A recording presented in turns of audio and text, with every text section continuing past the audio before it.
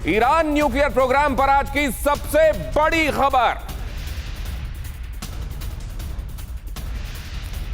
2015 की ईरान परमाणु डील बहाल हो सकती है। अमेरिका ने ईरान के सामने डील के लिए कई शर्तें रखी।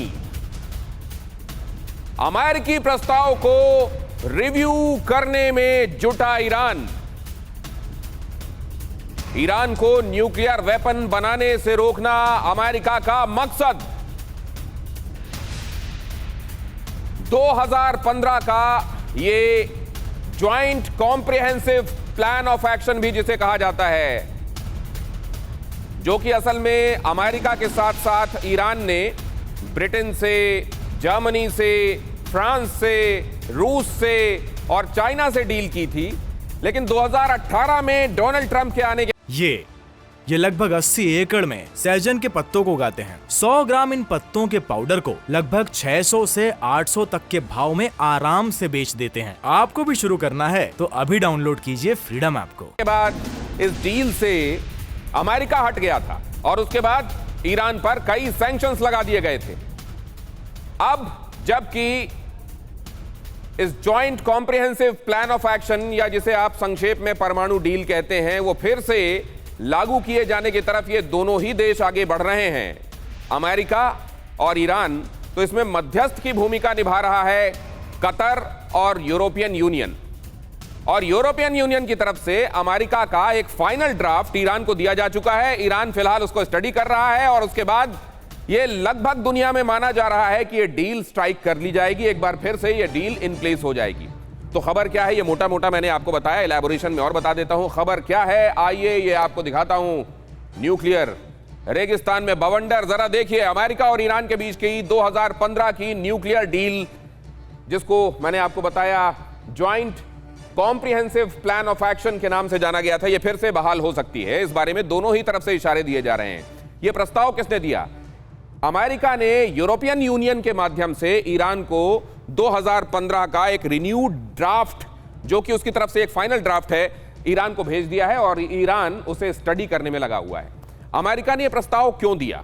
अमेरिका ने यह प्रस्ताव इसलिए दिया कि ईरान बहुत दिनों से इस डील बहाली और सैंक्शंस, इसको सैंक्शंस पढ़िएगा, ये सेशंस नहीं, सैंक्शंस को हटाने, उसके ऊपर जो सैंक्शंस आयद हैं उसको हटाने की मांग कर रहा था। और ये असल में दिखाई इसी तरीके से दे रहा है। अपरेंट जो आपको लगेगा वो यही लगेगा कि ईरान इसके लिए ये कह रहा था कि हमारे ऊपर से सैंक्शंस हटाए जाएं, और क्योंकि अगर सैंक्शंस नहीं हटाए जाएंगे तो यूरेनियम एनरिचमेंट करके वो अपने न्यूक्लियर वेपन बनाने की दिशा में आगे बढ़ता जा रहा था। तो ये अमेरिका के लिए भी चिंता की बात थी।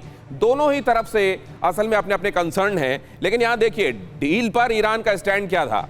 अमेरिकी प्रस्ताव पर उसका अभी जो स्टडी किया जा रहा है, वहां से जो फाइनल ड्राफ्ट भेजा जा रहा है, उसको ईरान पढ़ रहा है और इसको लेकर क्या रिएक्ट करना है, क्या इसको लेकर अब मान जाना है या इसमें कुछ जोड़े जाने के संदर्भ में कहा जाना है, या अभी वहां पर विचार मंथन चल रहा है। अमेरिका के सामने कुछ शर्तें पहले ही रखी गई थी। अमेरिका के सामने कुछ शर्तें रखी गई थी, लेकिन अमेरिका ने यह कहा कि जो पहले हमारा उसका फ्रेमवर्क था डील का, उससे बाहर की शर्तें हमको मंजूर नहीं है। कहा तो यह भी गया था कि आप हमारे जो रेवोल्यूशनरी गार्ड हैं उनके ऊपर आपने प्रतिबंध लगाया हुआ है, उनको आतंकवादियों की श्रेणी में डाला हुआ है, उसको आप वहां से हटाइए। बहरहाल न्यूक्लियर प्रोग्राम की सफलता ही लक्ष्य है। दोनों ही तरफ से लक्ष्य ये है कि इसको लेकर जो कॉम्प्रिहेंसिव एक्शन प्लान बनाया जाए वो कामयाब हो और दोनों ही तरफ से उसको एडहेयर किया जाए। अब जरा देखिए, डील बहाल हुई तो क्या होगा। डील बहाल हुई तो ईरान के लिए, क्योंकि उसकी इकोनॉमी इस समय बहुत नाजुक दौर से गुजर रही है, तो उसको एक बहुत बड़ी राहत की सांस मिलेगी। ईरान दुनिया को तेल बेचकर पैसे कमाएगा और अर्थव्यवस्था बेहतर हुई तो वो न्यूक्लियर प्रोग्राम को तेज करेगा, इसी नाम पर कि वो ये एनर्जी के लिए कर रहा है, बिजली बनाने के लिए कर रहा है। मिडिल ईस्ट में उसकी ताकत में पहले से इजाफा होगा, उसकी हैसियत बढ़ेगी, रुतबा बढ़ेगी, ये आप जानते हैं। इजराइल के लिए यहां पर, लेकिन ये जरूर, इजराइल ने कभी, आप जानते हैं, इजराइल ने दिखाने की कोशिश यही की है। मसलन यायर लैपिड और जो बाइडेन, इन दोनों के बीच में जब बातचीत हुई, यायर लैपिड ये कहते हैं फौज का इस्तेमाल होना चाहिए, जो बाइडेन ये कहते हैं कूटनीति का यहां काम करना चाहिए। लेकिन सामने आकर दोनों ही ये कहते हैं कि हम इस संदर्भ में और संबंध में चिंतित हैं और इस पर रोक लगाना चाहते हैं कि परमाणु वेपन बनाने की तरफ ईरान को नहीं जाना चाहिए। अब चुपके से अगर परमाणु बम बनाता है ईरान, तो मिडिल ईस्ट में खतरा बढ़ जाएगा। क्या ईरान ऐसा करेगा? ईरान क्या यहां पर फिलहाल सैंक्शन से निजात पाना चाहता है, लेकिन परमाणु बम या तो वो बना चुका है या बनाना जारी रखेगा क्या? इस सब पर हम बातचीत करेंगे। क्या आखिरकार ये डील इन प्लेस होगी या अभी भी कई रोड़े दिखाई दे रहे हैं? आखिर में ये डील स्ट्राइक कराने वाले खिलाड़ी कौन है, ये हम समझने की कोशिश करेंगे। लेकिन फिलहाल ये जो बात दिखाई दे रही है कि ईरान हर हाल में न्यूक्लियर कार्यक्रम की सफलता चाहता है और उधर परमाणु डील के बारे में अमेरिका भी गंभीर है। अमेरिका ईरान की मंशा को अपने हिसाब से, अपने तरीके से देख रहा है और उसको अपने हिसाब से चाहता है, तो जाहिर उसमें कई तब्दीलियां भी आती हैं। अमेरिका इजराइल के हितों को लेकर भी चिंतित है, क्योंकि अमेरिका का जाहिर है दोस्त है इजराइल, और इजराइल को अगर ये डील के संदर्भ में चीजें रास नहीं आ रही हैं, तो जबकि ये डील को लेकर वो आगे बढ़ रहा है, तो पसोपेश भी है। और दूसरी तरफ रूस और ईरान की नजदीकी, इसको लेकर भी अमेरिका परेशान है कि जितना जल्द हो सके इस कुर्बत को रोका जाना चाहिए, जितना जल्द हो सके न्यूक्लियर वेपन बनाने की दिशा में आगे बढ़ने से ईरान को रोका जाना चाहिए।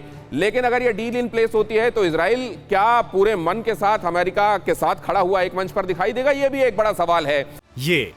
ये लगभग 80 एकड़ में सहजन के पत्तों को उगाते हैं। 100 ग्राम इन पत्तों के पाउडर को लगभग 600 से 800 तक के भाव में आराम से बेच देते हैं। आपको भी शुरू करना है तो अभी डाउनलोड कीजिए फ्रीडम ऐप को।